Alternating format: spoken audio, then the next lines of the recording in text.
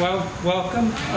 As always, the questions are always welcome. You know, there are a lot of plants I want to point out, but if we're walking past something that is of interest to you, then let me know and we'll talk about that plant. Thank you. We're a fairly large group, and Chris is, I guess, being nice to me. He's not torturing me with a microphone, but we'll have to stay fairly close, and you can also remind me occasionally to speak up. We'll start out this way first. Every now and then something new comes along. They're obviously not new, but new to my own experience. That really proves to be a standout. And I'm talking about this little white flowered plant here. It's Sinningia eumorpha. If you remember the Flores gloxinia that have largely disappeared from commerce, their scientific name is sinningia. And this has a similar growth habit to those, and it's growing from a big lumpy tuber underground. And the thing that surprised us is that these survived this past winter. They were planted last summer. We thought we'd try them, and I must say, even planted last summer, they earned their keep because they bloomed all summer. But then they really pleased us by returning this spring. There's one elsewhere in the garden that returned sooner, but the mulch was so heavy here they were slow in coming back this spring. Now, the surviving one winter proved that they are reliably winter hardy. Well, no. Last winter also wasn't a terribly cold winter, but it was cold enough, I think, because the tuber grows right at the soil surface, and so even though we didn't have extended cold periods, there were enough cold nights where the surface of the soil would have frozen. So I think they might prove to be reliably winter hardy, but that's, we don't know that yet. We raised these from seed. They were easy from seeds.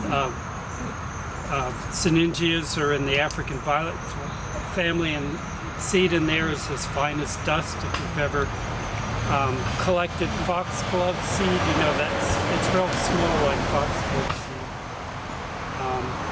There are other sinningias that have been winter hardy for a while, but they're very different from this. We'll see some up in the geophyte border.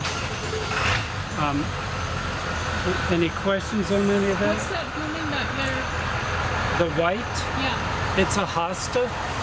It's a new hybrid introduced by Plant Delight's nursery. It's one called Branching Out. It's just starting to bloom. The inflorescence will branch, which is most hostas have an unbranched flower scape, and so Tony's been breeding for better floral display on hostas. We grow hostas more for their foliage than their floral display, but this is one that it'll be, about almost 3 feet tall in bloom, and the flower spike will be branched. There is a fern I want to point out here. If you turn around this way, this Arachnoides standicii, this one here. It's one that I've long thought was really beautiful, but what's become obvious is it's one that is easy in the garden, but it's slow to make a display. A small plant is going to be a little bit bigger in its second year and a little bit bigger than that, but it takes a number of years before it makes a really good display. But it's really worth waiting for because I think it's really, really beautiful, and it's fairly evergreen as well. How long have they been in?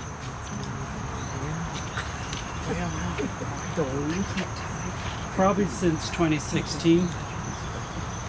That's their accession numbers from 2016. Chris, when was this garden planted? I was out of the area. I think that was about the right time. 2016? Yeah. Okay. What is the plant just next to it? The ginger? Yeah.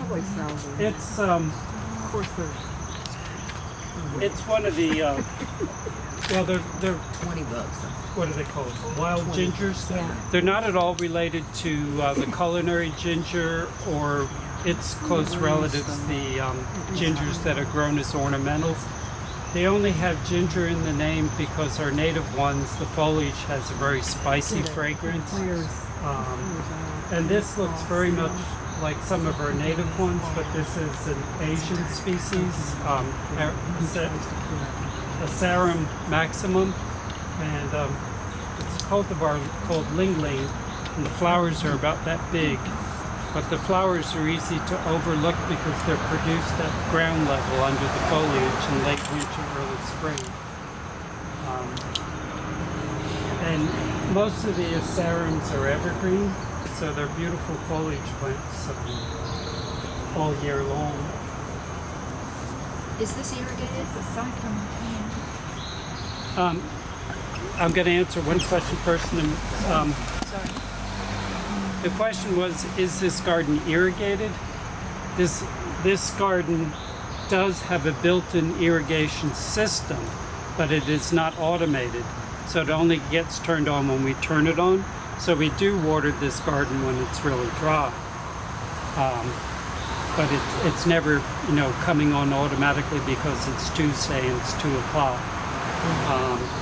The only part of the arboretum that's watered on that basis is the lath house.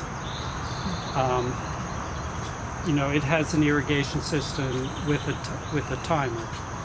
So, and it's irrigated on a regular basis, but the lath house is more of a nursery area for tiny treasures until they get established. We only water in the arboretum when it's really dry, which it was up until recently, and so it's been a very difficult summer because we've had to spend so much time just dragging hoses around. So when a part of the garden has a built-in irrigation system, it does make it a whole lot easier to water because we just turn on the valve. And then I put things around my wrist so I remember to turn it off before I go home in the evening. Because Chris works later than I do, and so he has saved my butt a couple times because he's noticed this irrigation was running when he's leaving at midnight or whatever. And yes, the cyclamen are starting. They actually had a few more flowers earlier, but they will soon have a lot more. Little cyclamen heterofolium starts in late, it's not even late summer. They'll start they started in July, but their peak is usually about September or October. And then the foliage comes up probably about September or so, and the foliage is really pretty all winter long.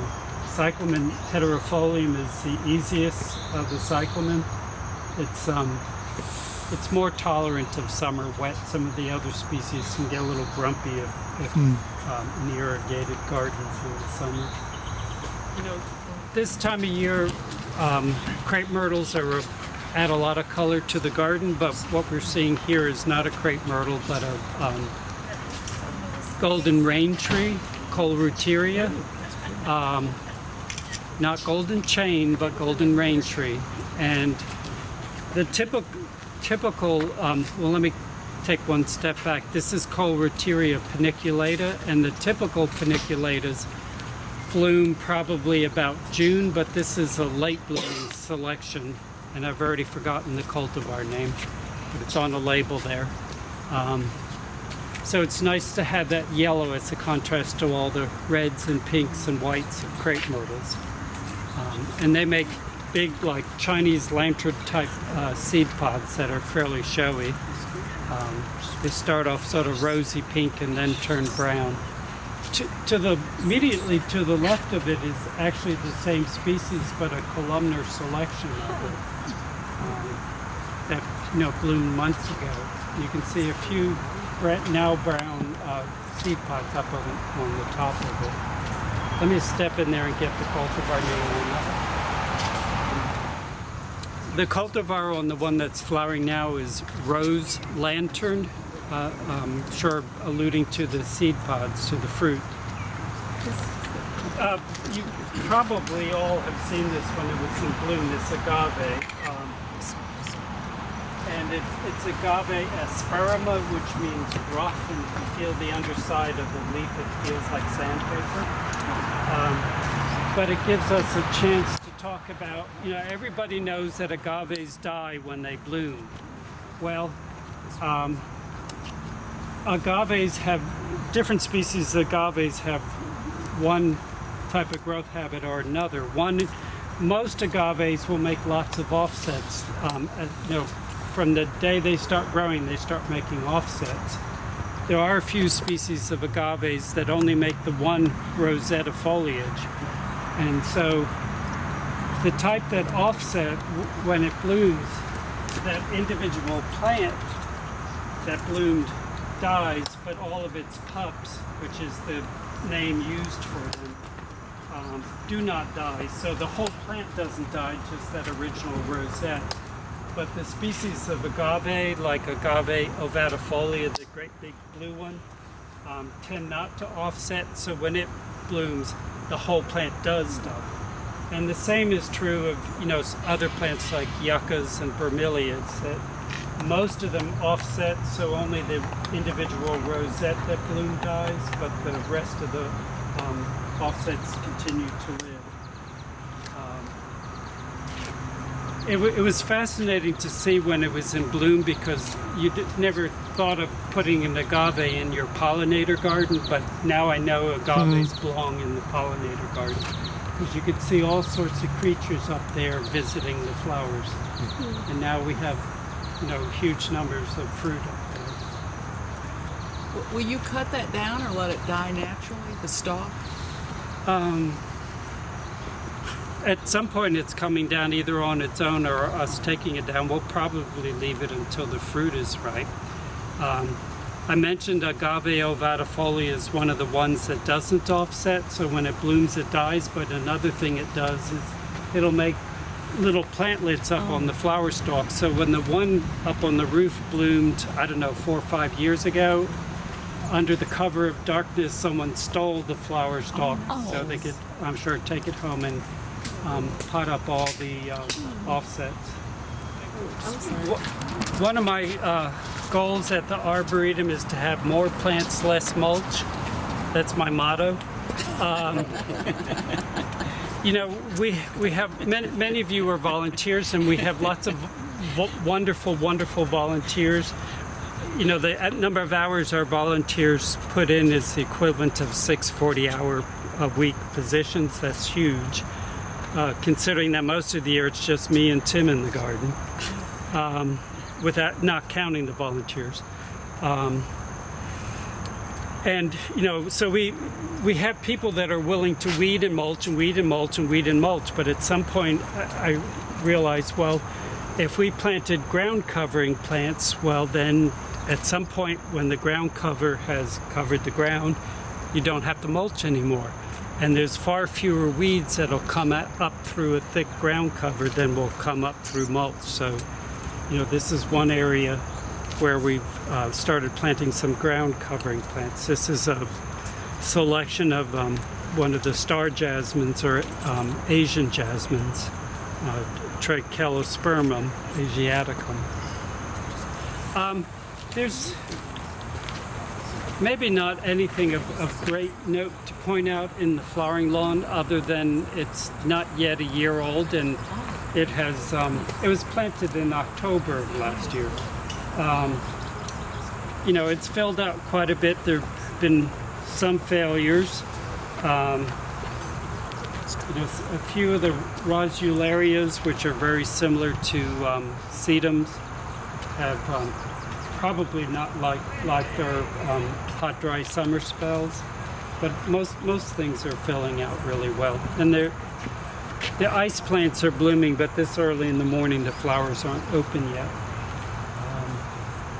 And we sort of expanded down this way more on the other side of those stepping stones. So And we'll fill in where things have petered out. Much of this is going to die back in the winter. Not too much of it. The ice plants, the Delospermas, are evergreen. There's various times that are evergreen. Some of the Veronicas, like this little waterberry blue, is evergreen. The creeping phlox is evergreen. Right. So in part we made selections partly based on that. You know, ajugas are evergreen. I wasn't convinced that planting ajugas in full sun was the best place to put ajugas, but I don't. Well, some have rotted out too, and so it mostly doesn't disappear. And there are a lot of small bulbs interplanted in this area that are fall, winter, and early spring blooming. So what are those right there? With the iris-like foliage. Yeah. It's an iris relative. It's one of the blue-eyed grasses. So this one is a violet one. It's one called lucerne. Flowers are bright violet. And what's the genus species? Sisyrinchium. Cicericium. Yeah. Do I have to spell Sisyrinchium? No. I recognize it. Yeah. And which grass? The grasses are native purple love grass, Erigrostis spectabilis, that looks a lot like the purple muley grass, but it's a much smaller thing and blooms much earlier. What kind of grass was that? Purple love grass, Erigrostis spectabilis. It's a native grass. I've not found it to be one that persists in any one spot for long, but sort of seeds around and finds the spots that it likes better. But that was bright purpley red when it was in bloom. What kind of soil preparation did this area get? The soil was a pretty nice clay.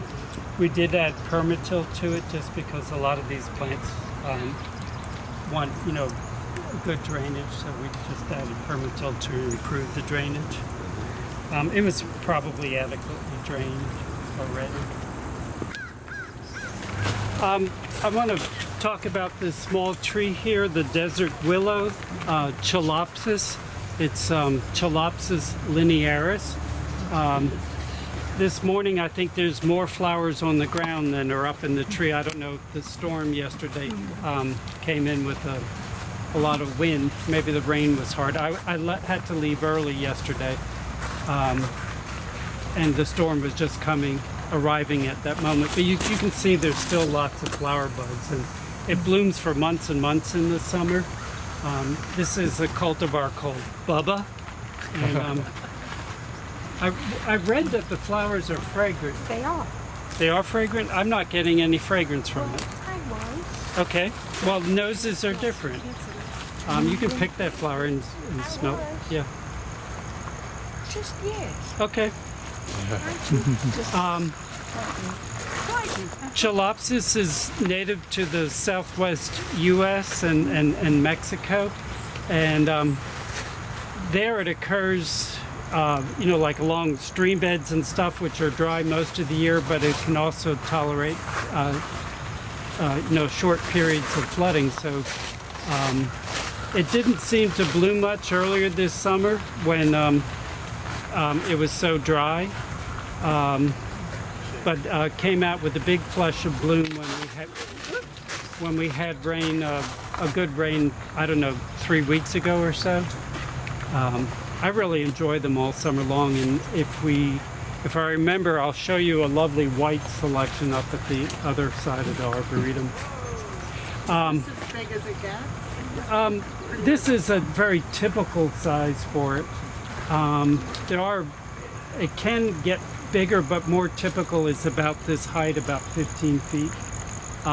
It's also a plant that if you had to keep it smaller, you could periodically cut it to the ground and let it regrow. It's in the Bignonia family, which is the same family as Bignonia, which is our native crossvine, but also catalpa.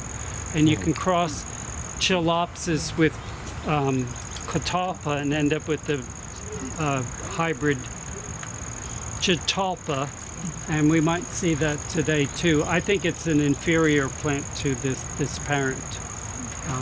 This one, in my experience, doesn't get the catalpa worms that tend to defoliate our native catalpas.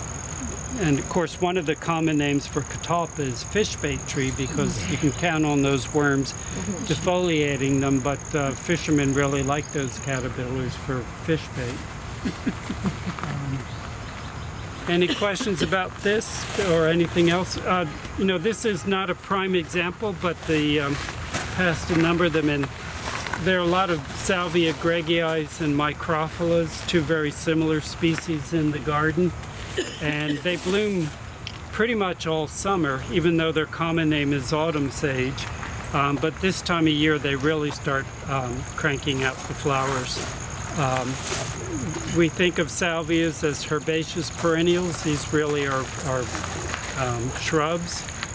We cut them back by about half in late winter just to clean them up, and that's the only real maintenance they need. They're great little shrubs, and as you might imagine, great plant for hummingbirds. This is Sarissa. What name do we go by now? Fetida or Japonica? I don't see a light. Japonica. Japonica? Okay. Japanese snow bush or snow rose? Snow rose. Yeah. This is a wild type with a tiny flower that Mark collected somewhere in Asia. The fancier forms have bigger flowers. I cut these stems and promptly the flowers fall off, but you'll see, if it was sunny now, you'd see probably 100 bumblebees on here. There's a few now. And this wasn't blooming much until we got rain, and now it's covered in bloom. And I think a lot of this dieback is from when we were so dry, because we got very little rain for, I don't know, most of June and July. But it's an incredibly good plant for pollinators. Usually, it survived the dry weather, but I've also seen it in gardens where it receives no care at all, and it just manages to keep on trucking. Any questions on that? I have a question about this versus the hybrids. Yeah. As far as the performance, and you mentioned the hybrids have the larger flowers. Is there much difference in performance? Like sunshade do better? Because I have a couple of the hybrids in shade, and they do well. I mean, they hang on. The deer like to munch on them, but they don't seem to get as rangy, and whether that's due to where it's planted or not, I don't know. I would think they would grow under the same conditions. Okay. It's the same species. Yeah, but I meant form. Well, these are right over on the edge of the patio. Yeah. I decided just to cut a few stems instead of dragging you here and then dragging you there, because a big group like this takes a long time to coagulate again. But yeah, those do sort of exhibit a tighter, more mounding growth habit and not this loose, spiky habit. I don't think they have very similar growing conditions, full sun and very dry. And I'm not saying your experience with deer eating it is, I'm not disputing that, because deer eat different things in different gardens, but I've seen this in quite a few gardens where deer generally leave it alone. But they eat it in your garden, so it's not 100% deer fruit. Yes, Liam. What zone is it already? Probably just zone 7A, probably. I don't know, does anyone have experience with it in a colder than zone 7? Okay. What does Maryland say about deer, or don't have it? Do deer eat this in your garden? I don't have that in my garden. You need to get her one, Doug. Yeah. In colder climates, it is grown as a houseplant. I would think in a warm zone 6, it might survive in a sheltered spot, but it blooms most of the summer. You saw those steps that were redone. They were redone by Arbor Enterprises of Chapel Hill. They donated the labor to redo them. Springer ponds and water gardens helped us clean out this pool of 16 years worth of muck and replace the pumps with pumps that are actually designed for this purpose. They're actually pond pumps. But in the month or more that we were without a pump, we lost a lot of growth on the earlier planting on the wall. And I think most of the maidenhair ferns that survived that period without the running water will soon be back in full foliage. But in turn, when did we replant this? Was that last week or the week before? Probably the week before. July 29th. Thank you. We've been so pleased with the success of plants on there that we've tried a lot more. Many more species. I need like an 8-foot bamboo pole. So you see these ferns, you recognize the maidenhair, but we tried some other ferns. These are woodwardias that, the fronds get about 6 foot long. And Mark said he's seen those in the wild growing on a seat like that. And watch them fall in the water. Right there, there's 2 stems of a tricertis. This is one of the yellow-flowered tricertis, and again, Mark's seen that in the wild, growing on a natural rock wall with seeping water. And their growth habit is not upright, but naturally sort of arching out. So, and those yellow-flowered ones are not species that are easy to grow in the ground, so they're hoping that they'll be happy there. See the big round leaf there? That's a ligularia. I think all the ligularias like moisture. That is probably doubled in size since we planted it. What did you say? The ligularia? Yeah. It looks great. And those were raised from seed that Mark collected in China last year. But so this isn't so much something to look at today, but something to just keep in your mind, to keep an eye on over the course of the rest of the growing season. Quite a few things. Bromeliads for something a volunteer donated, so they're just here for the summer. That's fun. We've added quite a few other aquatic plants and pots. A real interesting one that's nothing to look at right now, but in this pot, it's actually a species of Asclepias, the butterfly weed or milkweed that's a monarch weed, but it's an aquatic species, and it has small white flowers and dense heads of flowers. It's Asclepias perennials. And then one of the Arabians, we tend to use the name sea holly for Arabians, but the Arabians that got called sea hollies are European natives, and they have a leaf that's sort of cut like a holly leaf. But this is one of our native Arabian aquaticum. Of course, what is aquaticum referring to? Aquatic. And it's just starting to bloom. And the Arabians are in the umbel family, which means they're in the same family as parsley and dill and fennel and all those, cilantro. And so the flowers are great for pollinators. I guess our native black swallowtail could make use of the foliage, but I've not seen them on the region. We've added, you see the little swamp forget-me-not starting to bloom down there. There's a bunch of other things.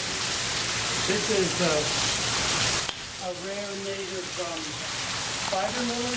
So spider lily, the name spider lily is tied to a number of things. This is not like Horace, but Hymenocallis. This is the Cahaba lily that only occurs in the wild in rocky, shallow rivers like the Cahaba River in Alabama. I've also seen it in Columbia, South Carolina, in the river there. But it has a big white flower. Now when it comes to blooming through summers heat and drought, Gaillardia estivalis can't be beat when it comes to herbaceous perennials. This is the white form of it. The typical color of the subspecies Winkleri is purple. We might see a little bit of that in the perennial border. And this is, this is sort of, you should have seen it last week. It's not anywhere near as covered in flowers this morning as it is typically, but it just goes all summer long. JC introduced this to the Arboretum decades ago, and I remember hot, dry summers where it just went on and on, blooming all summer. This is the subspecies Winkleri. The typical Gaillardia estivalis has yellow petals and a redder center to the flower. And when the Arboretum and Plant Delights Nursery Juniper Level Botanic Garden had the Southeast Plant Symposium back in early June, there were 2 plants in the auction that Tim, my coworker Tim, and I were most interested in, and one was the yellow form of Gaillardia estivalis, and Tim did win the bid on that. They also had an odd form of the subspecies Winkleri where it was white petals and the center of the flower was green. It was sort of a frail looking little thing, but we were extremely happy to get the yellow form of it, and it's now planted in the garden. What's the subspecies on that? Winkleri? Winkler. Yeah, I'm sure named after somebody with the family name of Winkler. Yeah. This is another Salvia gregii type salvia, raspberry delight. Just goes on all summer. They're very drought tolerant too. And similar, but salvia, but a different species is this beautiful blue sage, blue cedar sage. I think that's the common name. It's Salvia canitrioides. Again, it'll start in May and bloom up until frost. And further down, sort of in the bend in the walkway, you see the sort of red violet one. I think that's Dark Dancer, but there's a label on it we can read. Any questions before we move on? We've done a lot of planting up on the roof, but they're small little things, so they'll look like something in years to come. Yes. The Salvia gregii to thrive, I have some that survives year to year, but it doesn't ever thrive. Does it need to be planted in permatil? No. Or does it need less acid soil, do you think? Or does it just need like blazing hot sun for 12 hours? I think more sun the better for them. They'll bloom all right with less than full day sun, but they tend to be sort of sprawlier and less floriferous. They are plants native to the southwest of this country in Mexico, where the sun is hotter than here, and they just go on all summer. Well, I guess in a real hot, dry climate, they sort of slow down in the summer, and then they flush back out heavily in the fall. Do they need more? I never fertilize them. Should I? I mean, would that help? If I saw the plants, I can't, it's like a doctor's not going to diagnose your malady from, you standing there and the doctor standing here, or over the phone. I don't know. I'm a firm believer in soil tests. That would tell you whether your soil is lacking in anything. I can't imagine they're heavy feeders, but certainly a soil could be so impoverished that they don't thrive. And correcting the pH might be in order as well. People forget that lime is not just something that adjusts the pH. The calcium and magnesium in dolomitic lime, those are both not micronutrients but macronutrients. And lime does wonderful things for improving the texture and the drainage of a clay soil. We're almost at that time of year when sort of the bulb season begins anew, or maybe we are there. The lycoris are blooming. And this is the bulb border or the geophyte border. when we were out front, there was a question about the wild ginger, the little evergreen ground covering plant. Well, this is a ginger lily, which is in the same family as the culinary ginger, which is also the same family as turmeric and galangal and other wonderful spices. But this is one of the hedychiums. So not the same genus, but the same family. And which one is it? This is Hedychium coccinea, meaning scarlet, and it's the cultivar Disney. They will now bloom up until a hard frost. So the best of the hedychiums are winter hardy and long blooming. The canna is an interesting one. This is represents a wild canna with the small flower, and if you think, well, gee, why would you bother growing that with the small flower when you can grow, you know, a modern selection with great big flowers? Well, hummingbirds love these small flowers. And out front, the first plant I started off was the little white sinningia eumorpha. Well, this is also a sinningia, but these are, this is a hybrid one, Bananas Foster. Its main parent is Sinningia salviana, which we'll see at the end of the border, but very different plant from the one out front, which is more like the Florus Tloxinia. But these are superb garden plants, fully winter hardy in this area.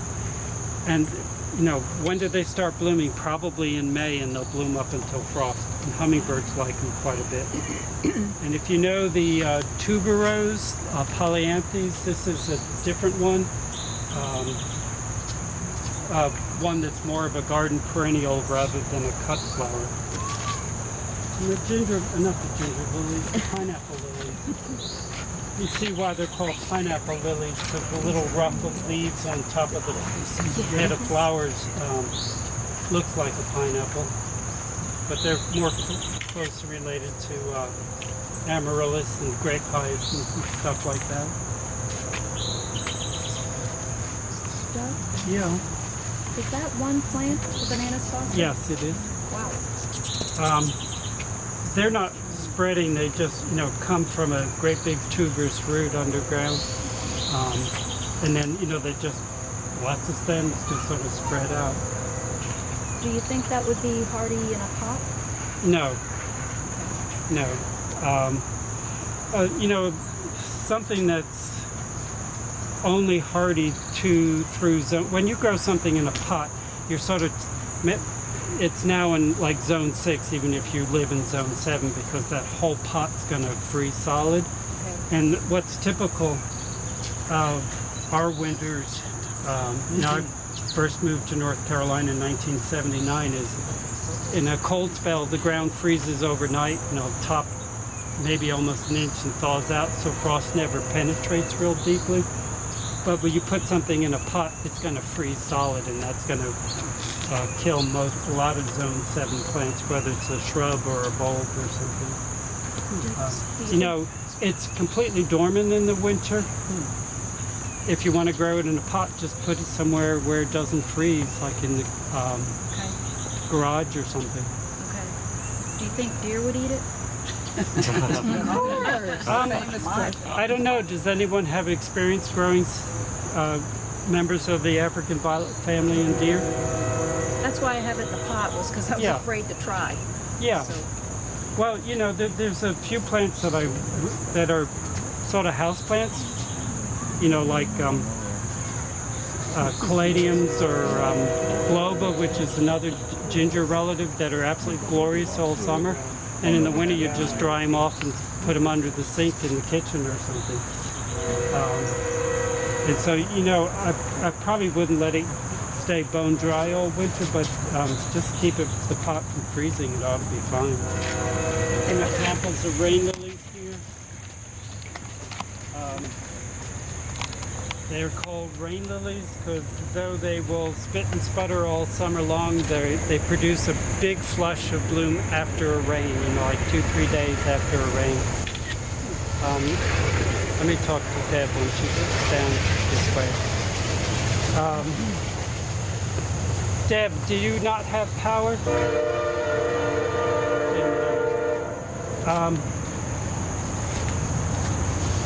Deb, did you not have power from there?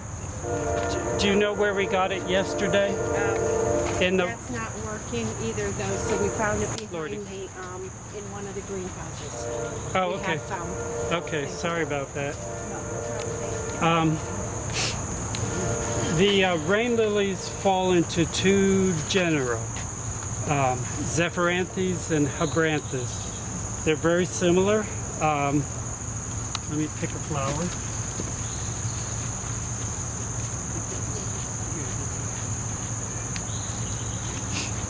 They both have 6 tepals, right? Tepals, what did he say? Doesn't he mean petals? Well, in the lily family and the amaryllis family and related families, you have the word tepal is used because there's 3 sepals and 3 petals, and they all look alike. So the word tepals is used in that situation where the sepals and the petals look alike. And in Zephyranthes, the 6 stamens are all the same length. In Hybranthus, 3 are long and 3 are short. We'll see some Hybranthus, I think, towards the end of the border. Zephyranthes flowers tend to be borne upright. Hybranthus sort of cocked to the side. And then the seeds of Zephyranthes are plump and the Hybranthus are thin and papery like many lily seeds. They're growing from bulbs. Most of them multiply real quickly, so after a number of years you can dig up a clump and spread them around. They're also super fun to raise from seed because most of them germinate in about 5 days, and then if you grow them really well, they'll start blooming in a year or 2 from bulbs, so they're quick and easy from bulbs. There's a lot of breeding going on. This is a newer hybrid Paul Niemi with a sort of orange colored flower. Yes? Do these need real dry soil at some point during the season? Most, Like a lot of bulbs do? no. Most of the largest number of rain lilies are native to the southwest in Mexico, where they will put up with extreme drought, and if it's super dry, they'll go dormant. But then they will also put up with deluge. So they're one of those plants that take advantage of water when it's available, but they don't have to be dry. Yeah. So if the soil was not wet, but just moisture soil through the winter, that wouldn't... Oh, yeah, no, they grow in average soil. They won't, the winter wet won't hurt them. Okay. Yeah.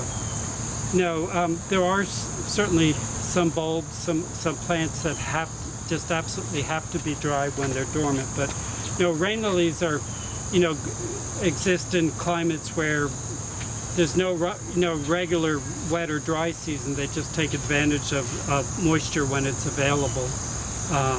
The fact that they bloom after rain, the fact that the seeds germinate in 5 days, they're all this sort of live fast and take advantage of water when it's available type growth habit or lifestyle.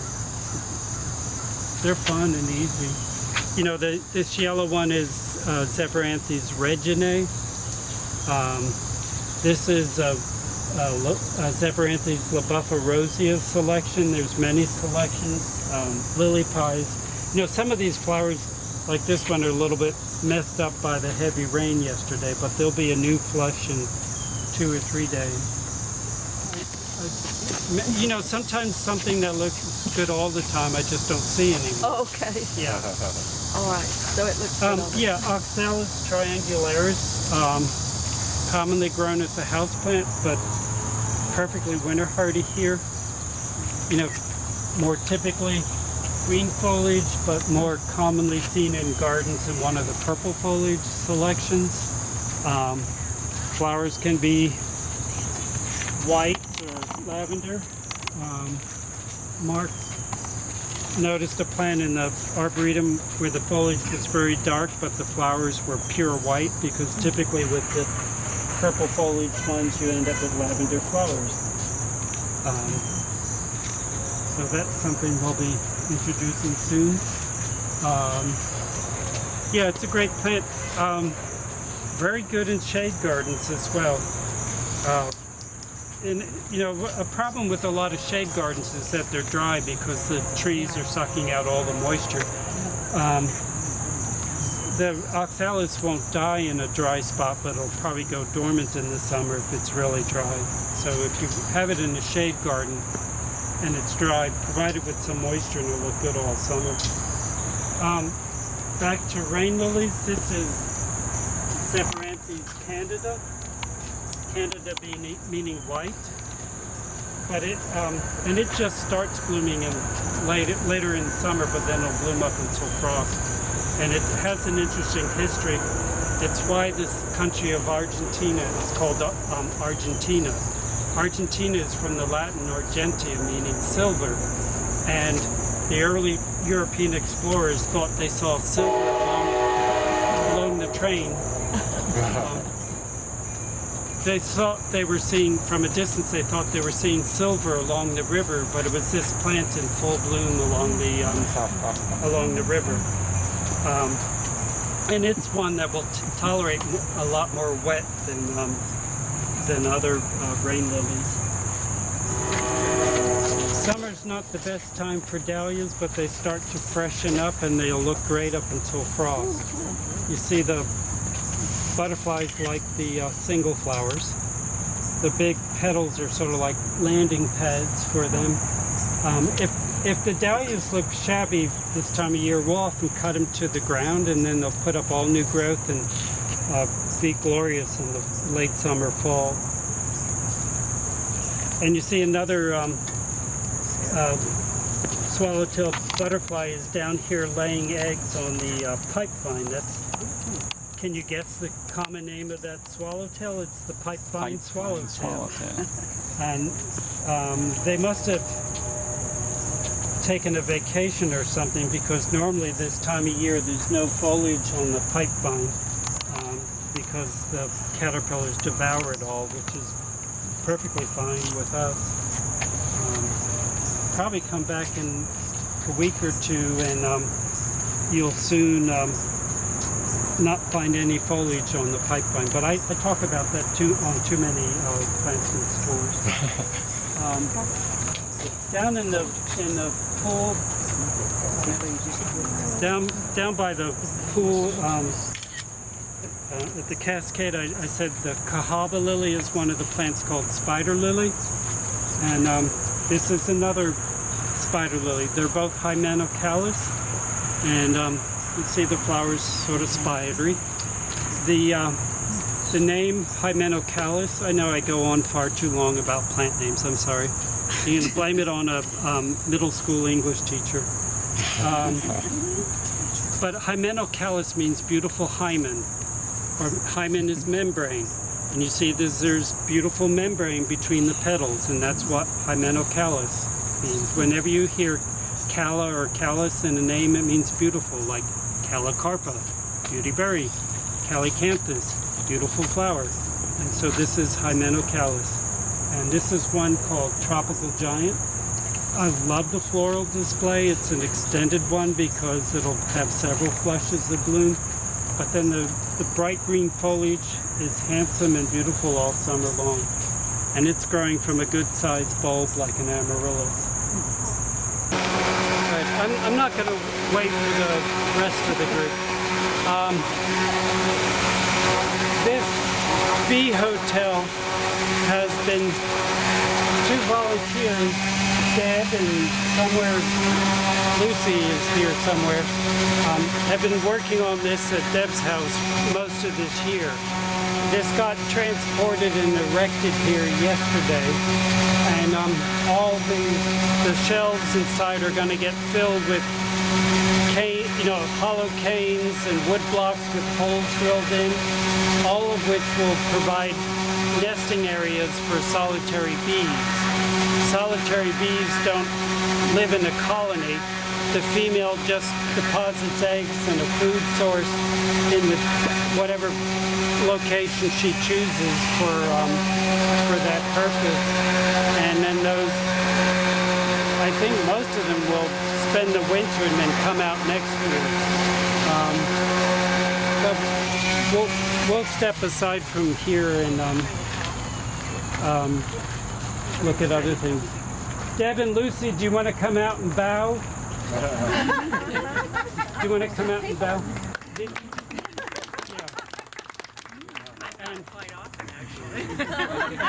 She has practice. I don't know the hand movements. Do you want to say anything about the creation of this? The duration of it? Creation of it. Yeah. Okay. So Mark, our director here, gave Doug a photograph that he had photoed in Paris, and Doug gave it to me, and I said, sure.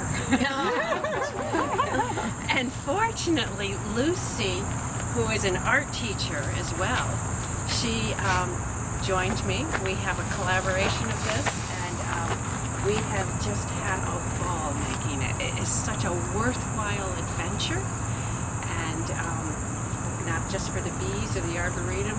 We've had a wonderful time building it. It's taken us 6 months, but there isn't too much we didn't have to learn on the way.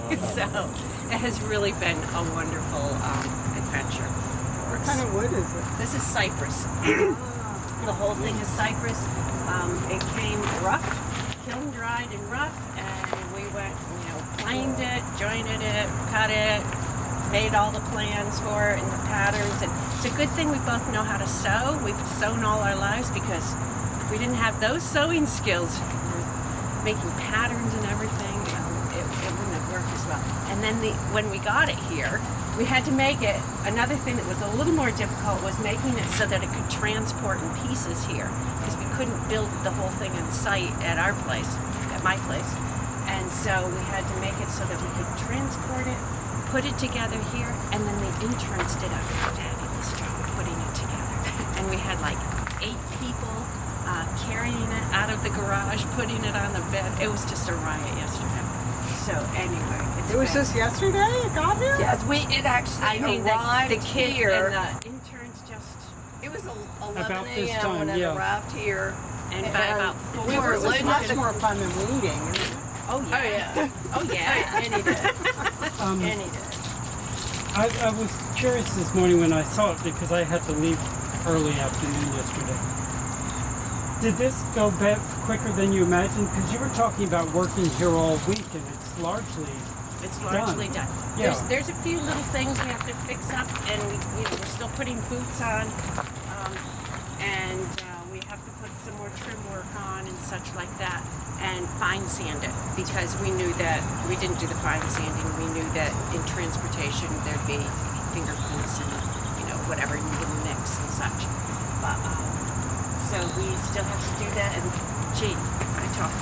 But the bees are 100 times the pollinators, the mason type bees, and the honeybees are. Isn't that what? So anyway, Yeah. I don't know so much about the bees. And the time they have spent building this, they've done as volunteers. Deb and her husband have made a very generous donation that have largely paid for all the materials. And there was a small grant that paid for some of it. So, and I'm personally thankful that we had such professionals build it, because I cannot cut 2 pieces of wood the same length. I did not inherit that gene from my father. So, this is gorgeous. And a friend sent me a photograph last night with a bee visiting it. Oh. Yeah, I'll show it to you later. Excellent. Yeah. All right, Lucy. So this is it's been such a fun project. Deb knew a lot of things that I didn't know. I knew things she didn't know. And every time we we were faced with something that neither one of us had done, we'd talk about it back and forth, and then one of us would go, oh yeah, that's gonna work. And we'd try it, and we'd I mean, there were so many high five moments. It was like, woohoo, we figured that out. So it was such a fun learning with someone else and batting ideas back and forth. And I think the thing we enjoyed the most was the collaboration. We also met with a professor from NC State, Elsa, and she told us a whole lot of stuff about bees when we were about halfway along. And so we had to backtrack just a little bit and redesign because we were making things the full width, and that would have been too deep for the bees. So we had to learn a whole lot about bees and make the design change. But now they have storage room in the back where they can put extra materials for the bees to save until they're ready to swap things out. So it worked out pretty cool. And you have to take a look at the handles in the back. We'll see, man, they're cooler and cool. That was so much fun. And when we first started designing this, I said to Lizzie, oh, I'd love to put a little puzzle piece up at top. And so she draws in this lovely tulip.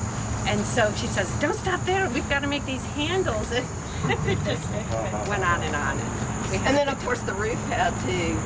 Yes. We had to have something else with soft edges to match the handles that are on the back. Yes, the original had what looked like the old dunce cap on top. You know, just two boards and we said, no, we can't do that. So we said, we'll do it alpine-ish. I'm curious, the picture that Mark took in Paris, was it also a bee hotel, or was it just It was the shade? very similar as far as the arches.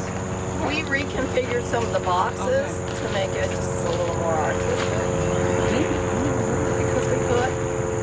So what's going to happen to what's going to happen to the honeybee? What am I thinking when I look at that? Well, right now you don't want to go in too much because we're starting to make now the pieces that will go in, then we'll have all the drilled holes in it, and then we'll put in bamboo, anything straw-like, anything tunnel-like. We'll be putting blocks in that have holes drilled up here in the top. We'll be putting logs in with drilled holes in through it. So if you're a bee, you're going to want to go into all those. We do have the 2 butterfly boxes, and that's just more for art's sake than butterflies. It's nice aesthetic. Yeah, it's a nice aesthetic. But we will put some bark and stuff that butterflies like in there and cross our fingers. Yep. But there'll be a lot of pieces that will have drilled holes through it and such. And then they have to get cleaned out once a year, so we have to make doubles kind of so that the next year, you know, there's no bacterial type problems going on and we will keep it going. Yeah. So come back and take a look in a while, and I think next spring we should have more bees coming in and When will it be open to the bees? as soon as they like to come. No, but I mean, when will you have finished constructing it? So Well, hopefully some of within the the next week or two. stuff, yeah. Yeah, hopefully. But we wanted to get this up before the interns left because they were cool. We needed muscle. Is it just going to very cold. weather naturally? Yes. Yeah. It's cypress and it should go with silver. Yeah. And it should last 50 plus years. I want you to take a picture of this agave in your mind because we're going to step back here and talk about the necessary. This is agave ovatifolia. This is a baby one. It gets about 4 or 5 feet across. And just to tie back to the agave we talked about earlier, this is the species I mentioned that tends to not make offsets. So when it blooms, the whole plant does die. But keep this picture in your mind. We're going to go back to the big path and just look at the necessary. Despite being our outhouse, the necessary, or as I've always called it, the pink pea palace, because originally the roof was painted sort of sunset shade, so there was a lot of pink to it as well.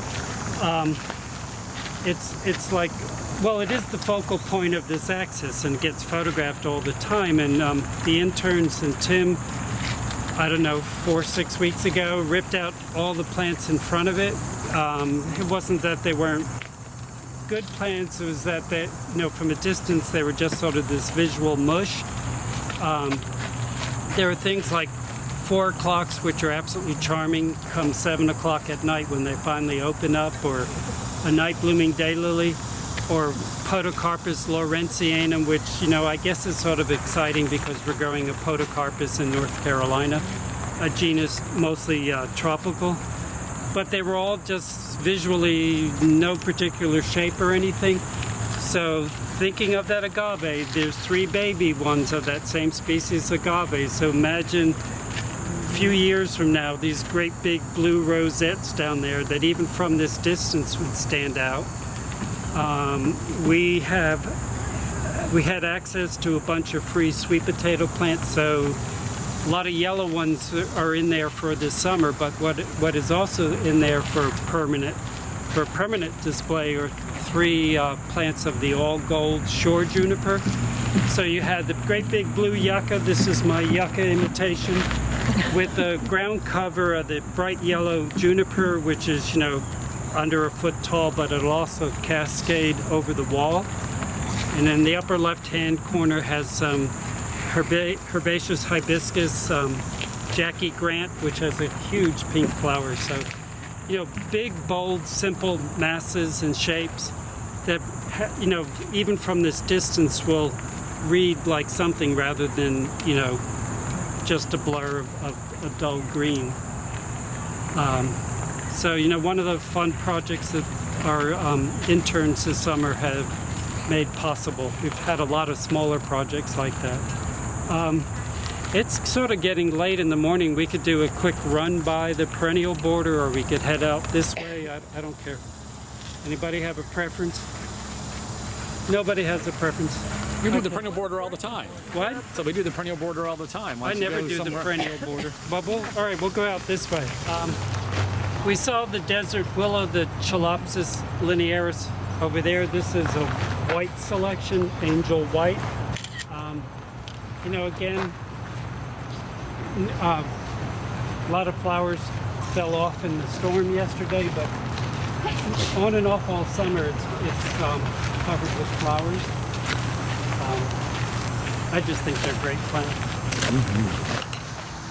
I don't need to apologize about for talking about annuals, because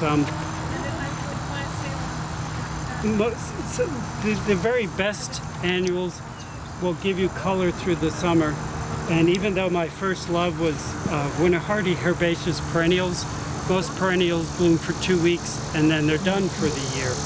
And as gardens get smaller, I think we need plants that bloom for a long, long time. And the thing about these Gaillardias, there's a possibility they might be winter hardy anyway. The breeder is not expecting them to be. They are interspecific hybrids, and some of their parents are not winter hardy, but I've been extremely impressed by these all summer. You can see pollinators enjoy the flowers.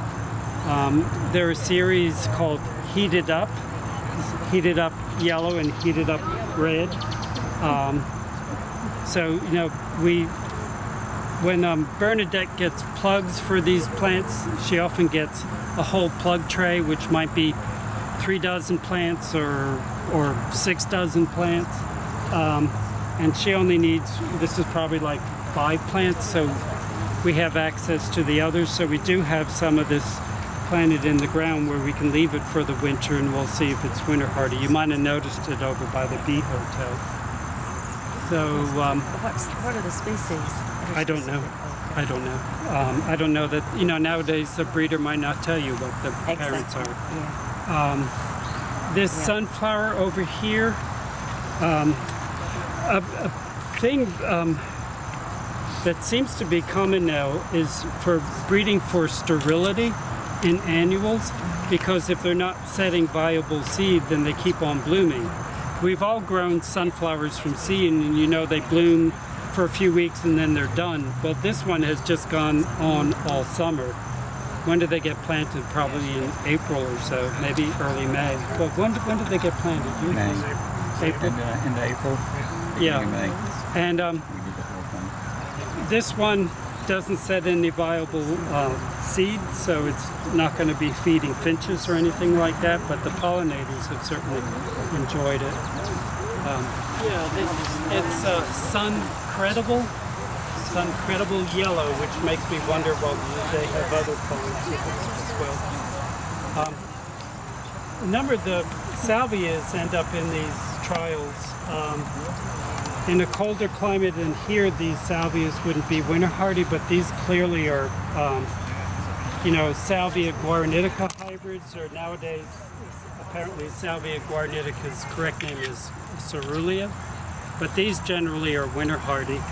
And, they bloom from May up until frost, and you see lots of carpenter bees and other bees on it, but it's also, with that tubular flower, you might guess it's also a great hummingbird plant. And if you grew Salvia guaranitica decades ago, what we grew then was something that spread really quickly, which was fine if you had a large garden and you liked big masses of things, but was difficult in smaller gardens because it would bulldoze all its neighbors. But these modern hybrids have been bred so they don't spread.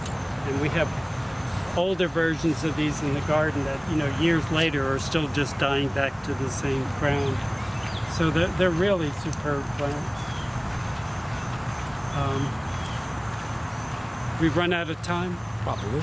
Okay. 10:30 on the dot. 10:30 on the dot. Any questions or anything? Thank you. It's quite Sure. good, Doug. Thank you, Doug. There's, of course, a lot more in the Arboretum, but that was a few highlights.